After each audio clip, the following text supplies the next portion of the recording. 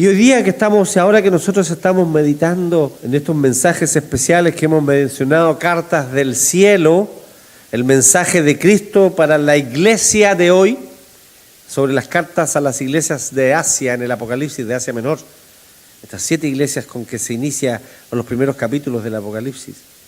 Nos encontramos ahora con una iglesia que estaba inmersa en este sistema de comercio,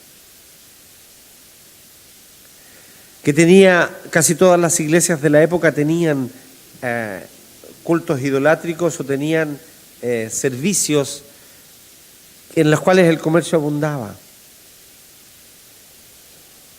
La lectura que leíamos alternadamente nos relata y nos muestra nos habla de una ciudad llamada Tiatira,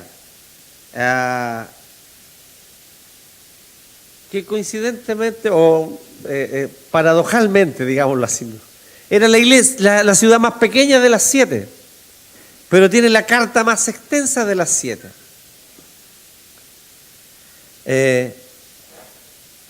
Era una ciudad que estaba, las ciudades estas geográficamente forman como una herradura, ¿no? O una U invertida, diríamos, ¿ya?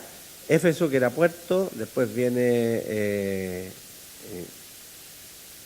Esmirna, Pérgamo, Tiatira, dando la vuelta, y después viene Sardis, Filadelfia y la Odisea, ¿ya? Y entonces ella estaba allá arriba en el medio, y era como un paso intermedio entre Pérgamo y Sardis, ¿no? Pero era una ciudad importante también porque estratégicamente está en camino a lo que se comercializaba entre Asia y Europa, pasaba por allí. Así que era una ciudad pequeña, pero una ciudad que tenía importancia, ¿no? Comercial fundamentalmente. Y la particularidad es que esta pequeña ciudad sobresalía por gremios importantes que tenían que ver con el comercio. Había allí comercio de lana, de cuero, de lino, de bronce, había tintoreros, había alfareros, había vendedores de púrpura. Y se formaban estos grupos o corporaciones o gremios de esta gente para agrupando a aquellos que trabajaban, y era muy difícil trabajar fuera de ellos. Recuérdese usted, hay un detalle ahí, Lidia, ¿se acuerda quién era Lidia? Cuando Pablo está predicando, y Lidia era una vendedora de púrpura de Tiatira. Tal vez era originaria de esta ciudad, o era la representante, como quien dice, la sucursal, allá donde está de esta fábrica de púrpura de aquí de Tiatira. Y estos gremios ejercían mutua protección y beneficio para quienes lo integraban, y se transformaban en un círculo, no diría hermético, sino que en un círculo poderoso en el cual, si usted quería prosperar en el negocio, tenía que pertenecer al gremio. Si se aislaba y quería ir por su cuenta, probablemente iba a fracasar. Para un comerciante iba a ser casi imposible desarrollar alguna actividad, destacar en alguna actividad comercial sin pertenecer a un gremio. Hasta hacían un servicio comercial y probablemente social entre ellos, ¿no? Recreativo. Pero socialmente el comerciante que quería prosperar tenía que pertenecer a uno de estos gremios. ¿No le parece algo como hoy día más o menos, ¿no? Esto, si no pertenece a esto, no va a progresar. Y seguramente usaban algunos subterfugios, hasta tal vez presiones para que no se metieran en el negocio por su cuenta. Y, por supuesto, quien se metía tenía que estar dispuesto a enfrentar probablemente pérdidas económicas. Y si no tenía un buen respaldo, un buen techo, iba a ir simplemente a la quiebra. Pero había algo especial en estos grupos. Ellos además tenían sus propias divinidades. Como en estas culturas paganas, ¿no es cierto? El gremio de los artesanos tenía tal cosa, el gremio de los de lino tenía esta otra, y algunos eran en común, otros eran particulares de un determinado gremio, y tenían allí su animita o su grupito o su culto o su reunión en la cual celebraban y agradecían por el bienestar o el éxito de su negocio a aquella divinidad. Y en las reuniones que ellos hacían probablemente habían entre medio algunos banquetes, algunos jolgorios, algunas fiestas con cosas, elementos que sacrificaban a los ídolos y de los cuales después ellos comían o se servían, y también habían ciertas fiestas que se consideraban medias licenciosas, ¿no? En los cultos paganos no era raro en ese tiempo que las fiestas terminaban en algún tipo de desenfreno. Conocidas eran las bacanales o las fiestas del vino, al dios Baco del vino, y justamente que terminaban en verdaderas orgías. Se suponía que en estos gremios también existía mucho de eso, donde el culto ritual sexual era parte de la adoración que ellos hacían.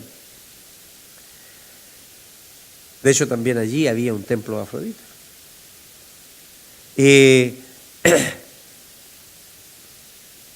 ¿Qué pasaba con los creyentes en esa ciudad? ¿Qué debían hacer el cristiano en este medio? ¿Transar o avanzar? Por supuesto, el dilema es un dilema que no es raro de enfrentar aún en el día de hoy, ¿no?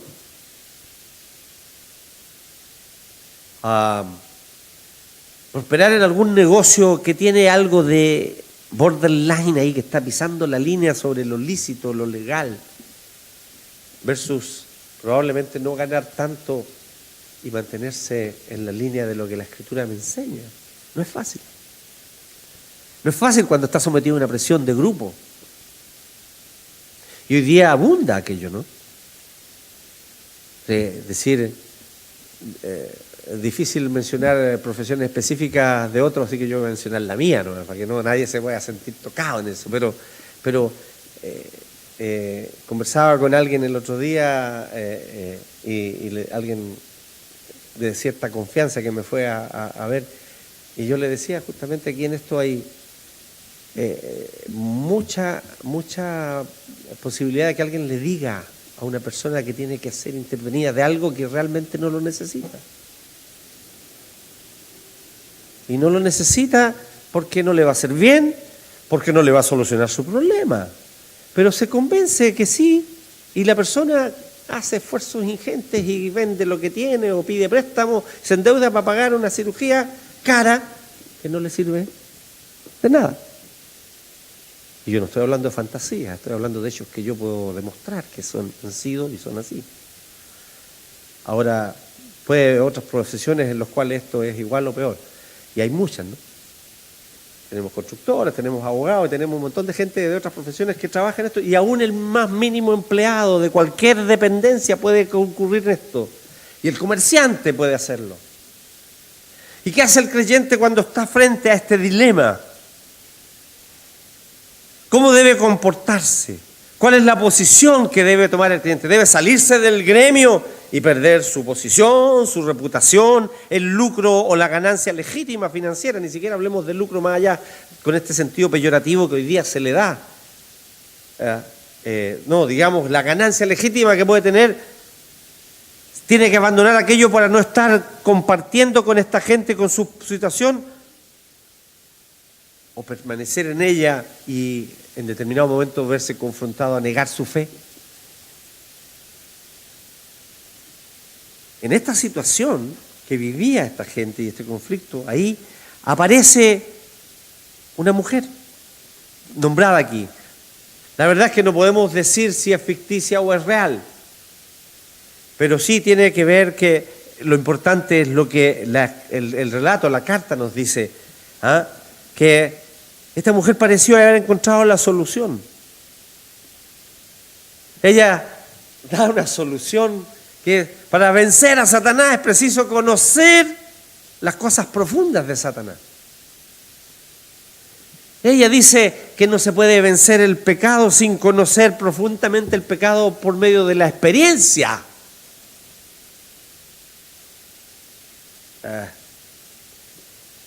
Por cierto, eso nosotros sabemos que es una cosa aberrante, no es lo que el Señor nos enseña. Y en esta cultura, en medio de esta cultura es que está esta iglesia de Tiatira. Pero era una iglesia, fíjese, fuerte, era una iglesia que estaba creciendo, era una iglesia que a cualquier ojo observador externo que venía, era una iglesia vibrante, era una iglesia que destaca según el texto por su amor, que estaba llena de muchas personas. Pero el texto nos muestra, nos dice cómo Jesús ve a esta iglesia. En una iglesia, por cierto, dinámica bajo la apreciación del Señor. El Señor dice ahí en los versículos 18 y 19, dice, yo conozco tus obras y amor y fe y servicio y tu paciencia y que tus obras postreras son más que las primeras. El Señor se presenta antes diciendo, ¿se acuerdan que dijimos en la introducción que en cada una de estas cartas el remitente, que es el Señor Jesucristo, se presenta con algunas de sus cualidades? Dice, como el que tiene ojos de llama de fuego, es decir, alguien que es capaz de penetrar, no solo ver lo externo, penetrar a las intenciones de la mente y del corazón de los individuos, que conoce la profundidad de las intenciones de las personas. Él dice, yo conozco tus obras, porque el Señor conoce profundamente su iglesia. Él es el quien la edifica, Él es el quien la diseñó y Él es el que la sostiene, por lo tanto la conoce. Es pretensión humana decir o creer que puede hacerse algo sin que el Señor lo permita o lo sepa. Él no anda, como decíamos al comienzo, solo en medio de los candeleros, sino que está en medio de los candeleros. Él conoce las obras de la iglesia. Él conoce, le dijo en la otra carta, dijo, conozco tu tribulación. Porque no hay ningún lugar de la iglesia donde el Señor no pueda estar o no pueda alcanzar. Porque Él ve todo. Él conoce todo. Él sondea a todos y todas. No hay nada que escape de su conocimiento.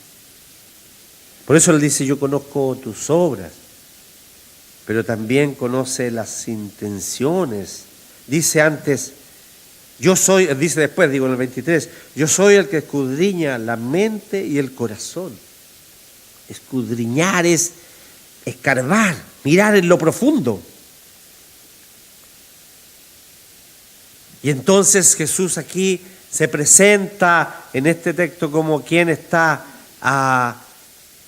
como quien puede discernir o puede distinguir personas fieles y quienes no lo son.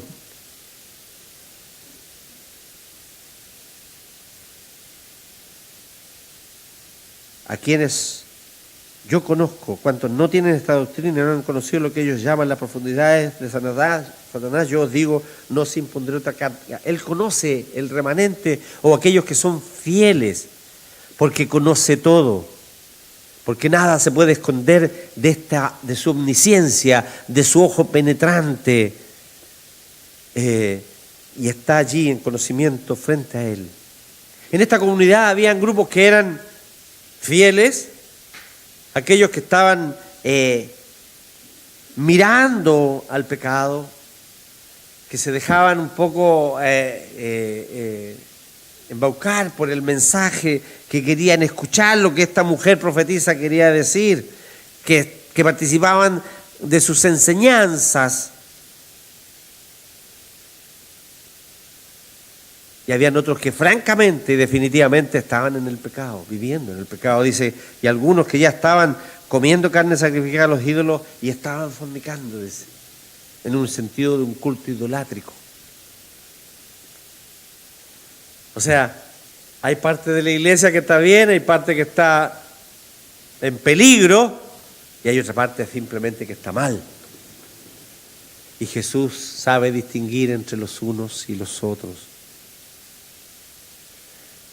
En una iglesia puede haber gente perdida y por supuesto gente salva. El Señor dice en sus parábolas, dice que dejad que crezca el trigo junto con la cizaña. Porque si queréis arrancarlos cuando son pequeños, vais a arrancar el trigo junto con la cizaña. Pero cuando ya han florecido, se distinguen claramente. Y entonces dice, segad el trigo y la cizaña echarla al fuego. Pero hay en la iglesia. La iglesia no está inmune a estos peligros. La iglesia puede tener una enseñanza doctrinaria fuerte, puede tener una predicación bíblica 100%, puede tener hombres y mujeres fieles y consagrados al Señor, una adoración conforme a lo que la Escritura enseña, pero también está sometida al peligro de aquellos que se enquistan o entran a ella para destruirla. Fíjese que el Señor aquí presenta algunas marcas de esta iglesia de Tiatira. Dice que es una iglesia, marcas positivas, que es una iglesia que obra. Yo conozco tus obras, que son más que las primeras, dice. Había mucho trabajo, había labor, había una agenda probablemente que era muy ocupada. Era una iglesia que estaba marcada por el amor. Dice, yo conozco tu amor. Fíjese que a Éfeso se le criticaba, has abandonado tu primer amor, pero a esta se le reconoce su amor. La iglesia era marcada por la fe, yo conozco tu fe. Fe en el sentido de confianza en Dios, que manifestaba en su vida. Y la iglesia también está marcada, dice, por la perseverancia o lo que es paciencia que triunfa en la prueba. Una iglesia que pasaba por las pruebas con firmeza, sabiendo de quién dependía. Y era una iglesia que iba en constante progreso espiritual. Una iglesia servicial que destacaba en su servicio. Y al decir que las obras posteriores eran mejores que las primeras, dice que es una iglesia que está en un constante crecimiento espiritual. Pero estas marcas eran del remanente fiel de la iglesia. Había allí adentro de la iglesia quienes no formaban parte de esta bendición de la iglesia. Y el Señor le reprocha entonces a la iglesia, le dice, pero. Cuando el Señor dice, pero, entonces hay que ponerse alerta. ¿Qué quiere decir, Señor? ¿Qué viene de reprensión del Señor? El Señor presenta a la iglesia como una iglesia tolerante con el pecado que es reprobado por el Señor. Tengo unas pocas cosas contra ti. Toleras a esa mujer, Jezabel, que se dice profetiza, enseña y seduzca a mis siervos a fornicar y a comer cosas sacrificadas a los ídolos.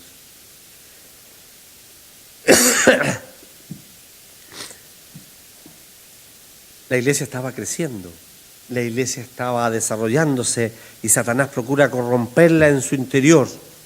Ya no la está atacando desde afuera, se enquista en ella para atacarla desde adentro.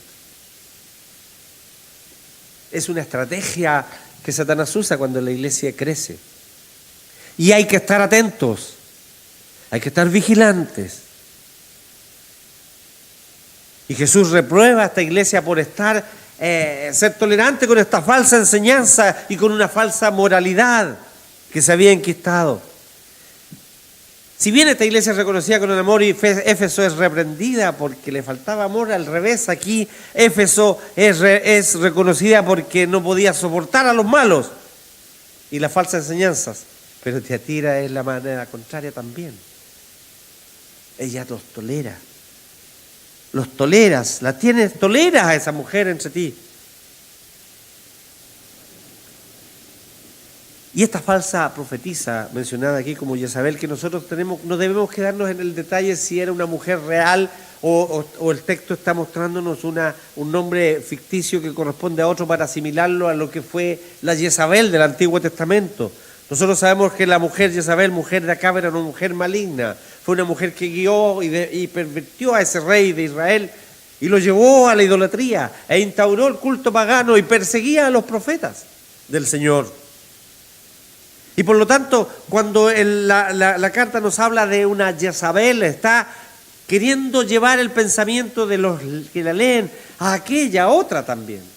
O sea, diciendo a alguien que está negando al Señor, que está luchando contra los que predican la correcta palabra del Señor y que está enseñando cosas que son incorrectas y llevando al pueblo a los ídolos, a la idolatría. Eso es lo que estaba haciendo. Por eso puede haber sido una mujer que se llamaba efectivamente Jezabel o puede haber sido otro nombre.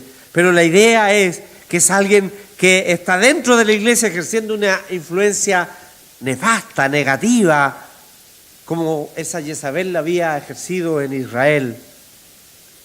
Y entonces eso no debía ser tolerado en la iglesia, porque estaba induciendo a los siervos del Señor para que fueran hacia el pecado.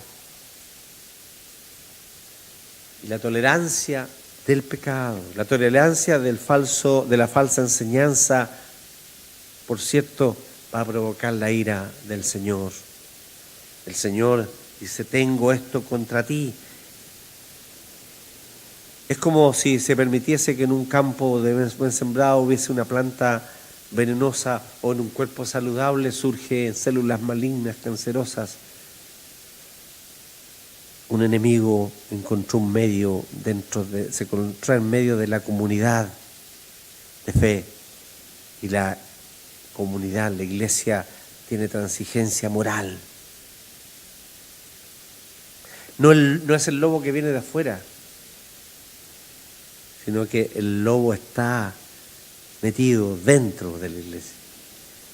Y el Señor dice que muestra allí que ésta será castigada, dice, le he dado ocasión de que se arrepiente y no lo ha hecho.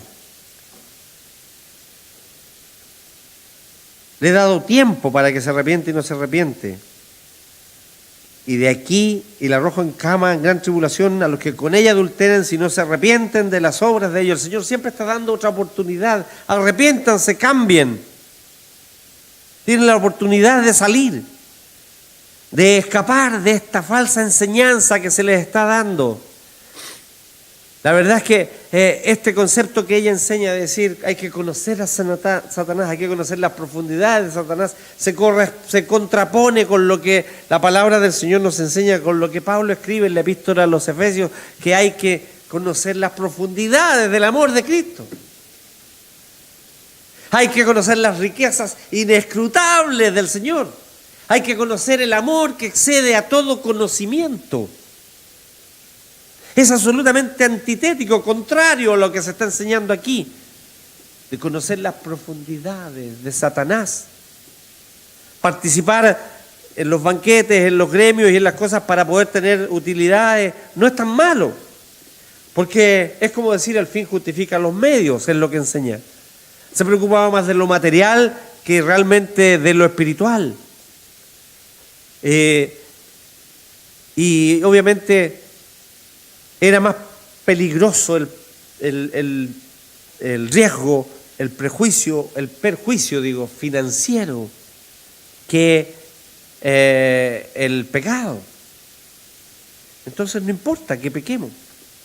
Es como aquella palabra que decía el apóstol Pablo en su epístola cuando los que le rebatían respecto al mal entendimiento de la justificación por la fe: comamos y bebamos, total, mañana moriremos. Pero nosotros tenemos que entender, y la iglesia de Tiatira debía entender, que el pecado jamás será vencido de esa manera. Ella enseñaba que el pecado puede ser vencido conociéndolo, viviéndolo, experimentándolo. Así yo voy a luchar contra algo que conozco. Una mala manera y una mala estrategia.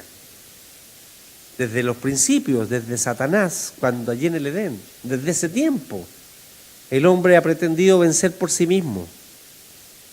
Pero ¿sabe? Fue necesario que viniera el Señor, lo que celebramos esta semana, viniera y muriera en la cruz y resucitara para que pudiera vencerse al pecado. No hubo otra forma. No hubo hombre ni mujer durante toda la historia de la humanidad que pudiera por sí mismo vencer el pecado. Porque la naturaleza se corrompió allí en el primer pecado, en la desobediencia, y entonces no fuimos capaces. No fuimos capaces.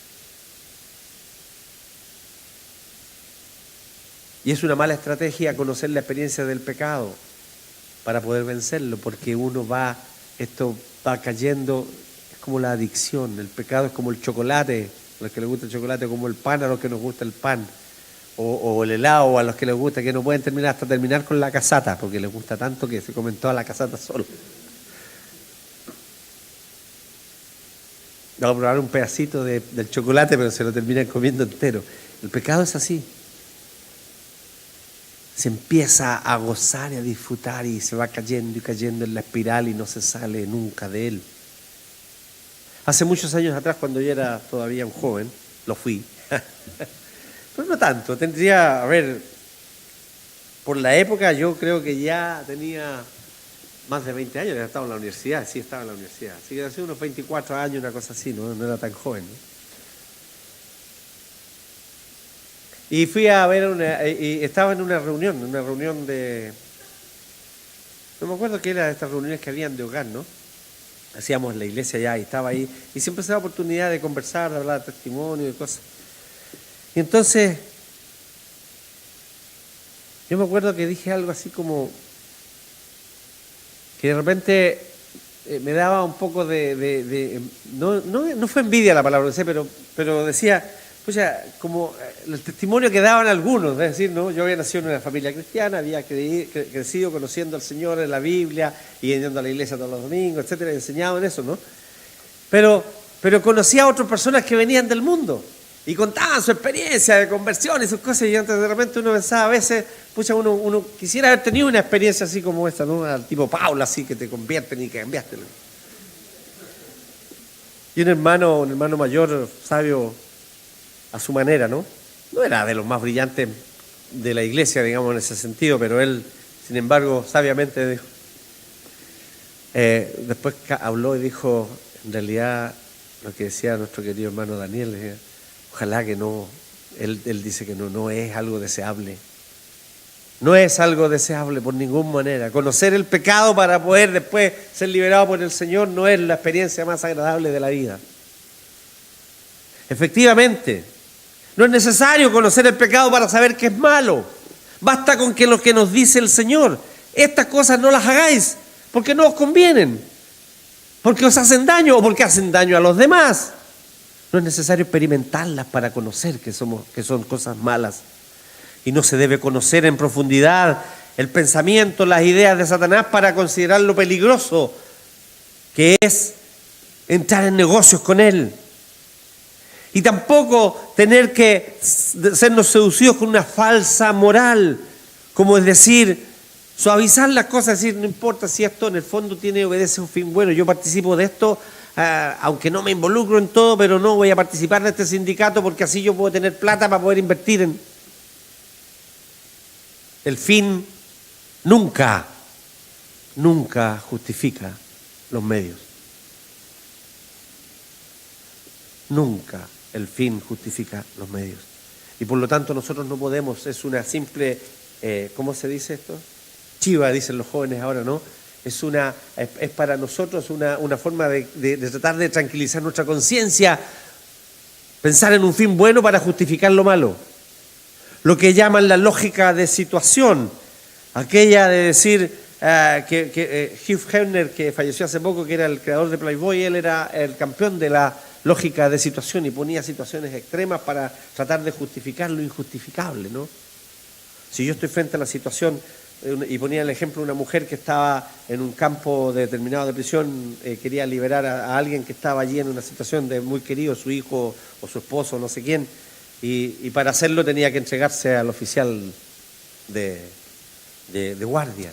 Y con eso, al cometer adulterio, liberaba al otro de cierto castigo.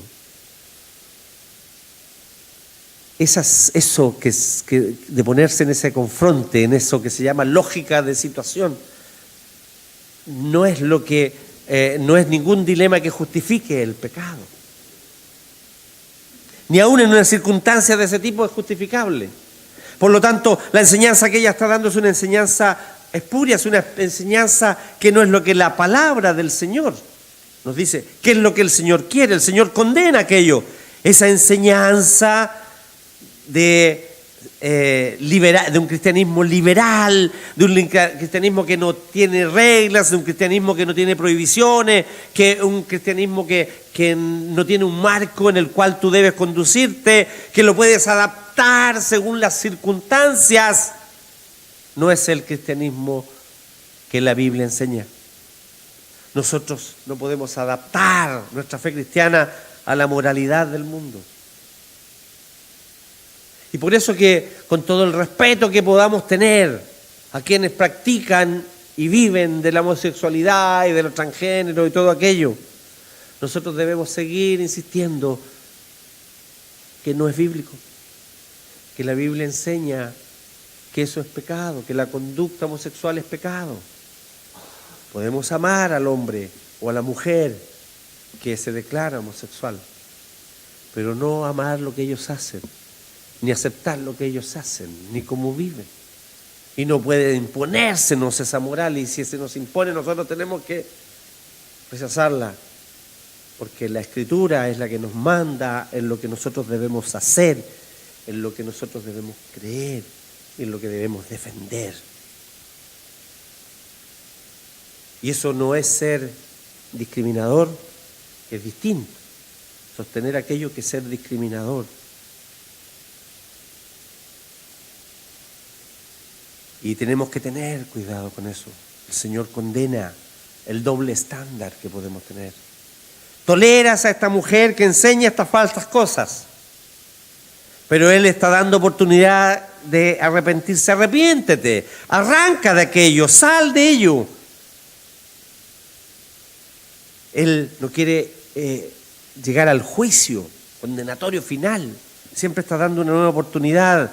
Cada día hay un tiempo de gracia, cada día hay una oportunidad de volver a Dios. Cada día están las puertas y los brazos abiertos para volver al Señor. Los brazos de perdón de Dios están siempre extendidos. Como el Señor le dice ahí en esa oración cuando hace frente a Jerusalén, Jerusalén, ¿cuántas veces quise juntar a tus hijos como la gallina junta sus polluelos y no quisiste? O cuando dice, no conociste el día de tu visitación. Se lamenta el Señor. Vine a ti y no viniste a mí. Como dice Juan en el capítulo 1, el Señor vino a lo suyo, a hacer lo suyo, y los suyos, es decir, los que eran aquellos a los cuales Él venía, no lo recibieron. Y Jesús confronta el juicio con la misericordia e impone a la iglesia la disciplina. Antes del juicio, la disciplina, la corrección.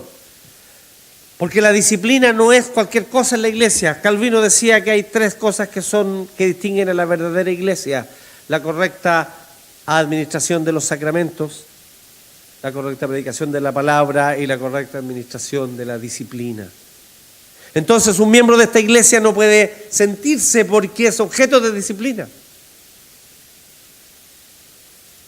Porque la disciplina forma parte de la acción del Señor para la iglesia, es parte de su gracia, es un acto de amor. Jesús dice que va a traer sufrimiento como disciplina para transformar ese lecho de adulterio en un lecho de enfermedad. Él está usando la disciplina para corregir. Pero la falta de arrepentimiento que se demuestra aquí va a llevar inexorablemente al juicio. No quiso, no quiso arrepentirse, no quiere arrepentirse, y la heriré entonces de muerte. Y en gran tribulación. El salario del pecado, la paga del pecado es la muerte. El pecado puede ser muy dulce al paladar, pero es muy amargo ya en el estómago. El pecado es un fraude. Ofrece placer, pero trae disgusto. Porque Satanás es un estafador. Promete vida y paga con la muerte. Y el juicio entonces contra el pecador será final y completo cuando Jesús, aquel que tiene ojos como llama de fuego, aquel que escudriña lo profundo y las intenciones del corazón del hombre, ese será quien juzgará y pondrá, dice, a sus enemigos debajo de sus pies. Pero la iglesia, finalmente, es una iglesia que es animada a ser fiel hasta el fin, a pesar de que algunos apostaten de la fe, a pesar de que hay algunos enquistados que luchan por desviarla del camino de la fe, a pesar de que hayan algunos que enseñan incorrectamente la palabra, que tratan de desviarla del buen camino. Es posible mantenerse firme, aunque otros se desvíen. A vosotros y a los demás que están en Tiatira y a cuantos no tienen esa doctrina y no han conocido lo que ellos llaman las profundidades de Satanás, os digo, no os impondré otra carga, pero lo que tenéis, retenerlo hasta que yo venga. Algunos miembros de la iglesia seguramente apenas habían tolerado la enseñanza o las prácticas inmorales, sino no solo no solo no las habían seguido, sino que estaban siguiendo la palabra del Señor. Un remanente fiel, un remanente que permanecieron en la doctrina, en la verdad, en esa verdad que hace libre, en esa verdad que soporta el yugo de Cristo, que es un yugo liviano, que es una carga ligera, porque los mandamientos de Dios no son, dice la Escritura, no son gravosos, no es un fardo que se echa en la espalda y que nos inclina, porque ser creyente en el Señor es justamente ser libre de ese peso del pecado. Y es posible mantenerse puro en la conducta aunque otros se corrompan. Como hemos dicho tantas veces, no hacer lo que todos hacen porque todos lo hacen. Eso no es ser racional. El que todos hagan algo malo no significa que yo deba hacerlo. Y como dice Pablo en Corintios, dice, en Romanos parece, sí. Fiel es Dios, el que dará junto con la tentación la salida para que podáis soportar. 3 veces le pedí al Señor que me quitara aquel aguijón en mi carne. No estamos hablando de 3 veces en que dijo, Señor, pucha, esto que me duele. Me imagino que él debe haber estado ayunando, orando, postrado ante el Señor, clamándole que le quitara aquello. 3 veces. Y el Señor me dijo, bástate mi gracia, porque mi poder se perfecciona en la debilidad. Entonces, independiente de cómo estemos nosotros, el Señor dice que Él se hace fuerte en nosotros y nosotros dependemos de Él.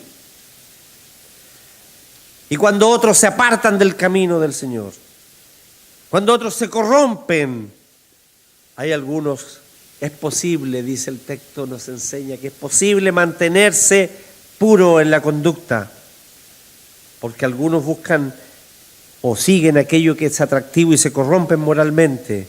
Pero en esta iglesia había hermanos que buscaban la santificación, que es la santidad de vida y de carácter era una marca de esa iglesia y era una marca de sus vidas. Y es una marca de la iglesia verdadera. La santidad no es solo la voluntad de Dios, es el propósito de Dios para nuestras vidas. Dios nos llamó para que fuéramos santos en Él. Por eso su palabra dice, los de corazón puro verán a Dios. aquellos que son purificados por la sangre de Cristo y que permanecen en la fe del Hijo de Dios. Y si el propósito de Dios es nuestra santidad, ¿cuál será el propósito de Satanás? Justamente el frustrar ese propósito de Dios, el apartarnos de la santidad. Él está procurando que los creyentes nos vayamos detrás del pecado, que vayamos detrás de los ídolos, que abandonemos la pureza del mensaje del Evangelio. Si el diablo no puede destruir la iglesia por medio de la persecución, intentará corromperla con el pecado desde dentro.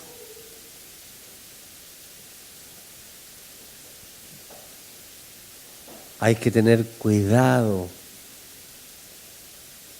en los tiempos de paz con la iglesia, porque Satanás buscará meterse en ella para introducir el pecado. Es preciso entender que en Cristo tenemos todo y no necesitamos más. Él es el que nos da el mayor conocimiento que podemos tener, y es un engaño de Satanás creer que necesitamos buscar otras novedades para tener una experiencia nueva, más profunda de Dios. La verdad de Dios es suficiente. El conocimiento de Cristo es el conocimiento mayor que podemos tener, el conocimiento que excede a todo conocimiento.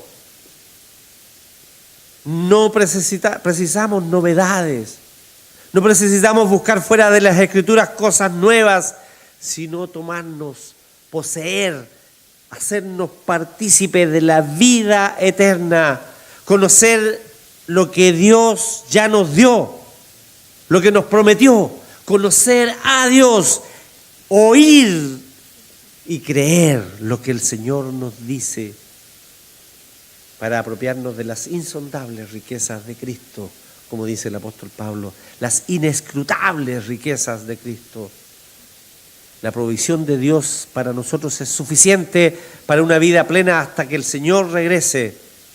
No tenemos necesidad de ir a las profundidades del mal.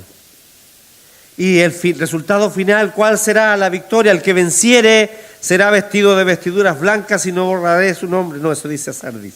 Al que venciere, guardaré mis obras hasta el fin, le daré autoridad sobre las naciones.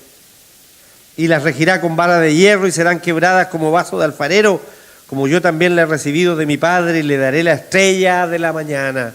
Siempre hay promesa de victoria, una promesa especial. La perseverancia de aquellos al que venciere es la marca de los santos. Recuerde, entre los 5 puntos del calvinismo, nosotros siempre destacamos el 5º punto es la perseverancia de los santos. Y no es que usted persevere, hermano, no es que yo persevere, es Dios que persevera en nosotros. Él permite que nosotros, los escogidos de Dios, que creemos en Jesucristo el Señor, lleguemos al final, a la meta. Y el vencedor, dice el Señor, va a juzgar con Cristo en su reino. Y el Señor nos dice a través de esta palabra que no vale ganar todo el mundo y perder el alma. Es mejor perder el mundo y ganar el alma. No vender la conciencia o no cambiar a Dios por el dinero o por el éxito, por ser honrado, por tener una posición social. Porque Él promete al que vence una posición de honra. Él promete al que vence una posición de privilegio. Porque dice la Escritura, los santos juzgarán al mundo. Por lo tanto, no tenemos que buscar las cosas que el mundo nos ofrece. Porque en vez de desprecio tendremos una posición de honra. Como dice el Señor, aquellos que pierden su vida por amor a Cristo encontrarán la vida verdadera. Y aquellos que quieren ganar su vida aquí, perderán aquella. El vencedor va a conocer las cosas profundas de Cristo y no las de Satanás. Esa es la promesa que el Señor hizo. Y termina con estas palabras que nosotros hemos visto y repetido en todas las epístolas. El que venciere, el que tiene oído para oír, el que tiene oído, oiga lo que el Espíritu dice a las iglesias. La iglesia de Tiatira, hermanos, no es más que nosotros o cualquier iglesia de hoy. Era una ciudad comercial, o podríamos decir una ciudad turística, como somos nosotros, ¿no? Con grandes negocios, con progreso. Pero era una iglesia que estaba en crecimiento, una iglesia que era pujante, una iglesia que era trabajadora, una iglesia que expresaba el amor. Pero, punto suspensivo, el Señor tiene algo contra toda esa iglesia. Podríamos preguntarnos, ¿qué toleramos hoy? ¿Cómo apercibirnos para mantener la pureza de la iglesia? Rechazar, primero reconocer y luego rechazar las falsas enseñanzas. En Cristo está todo lo necesario. Las Sagradas Escrituras, la revelación del Señor, es la única regla de fe y de conducta para nosotros. Siempre habrá, siempre hubo falsos profetas o quienes usurpen el mensaje del Señor o lo perviertan, que se erigen en los nuevos pregoneros de un nuevo evangelio para una nueva era. Como si recibieran nuevas revelaciones del Señor que dejan obsoletas aquellas que están escritas aquí hace más de 20 siglos. La iglesia debe estar atentas a lo que el Señor de la iglesia le dice a las iglesias. Eso advierte el Señor. Oiga lo que el Espíritu le dice a la iglesia. Para vencer hay que prestar oídos a lo que el Señor le está diciendo a la iglesia. El Señor nos bendiga.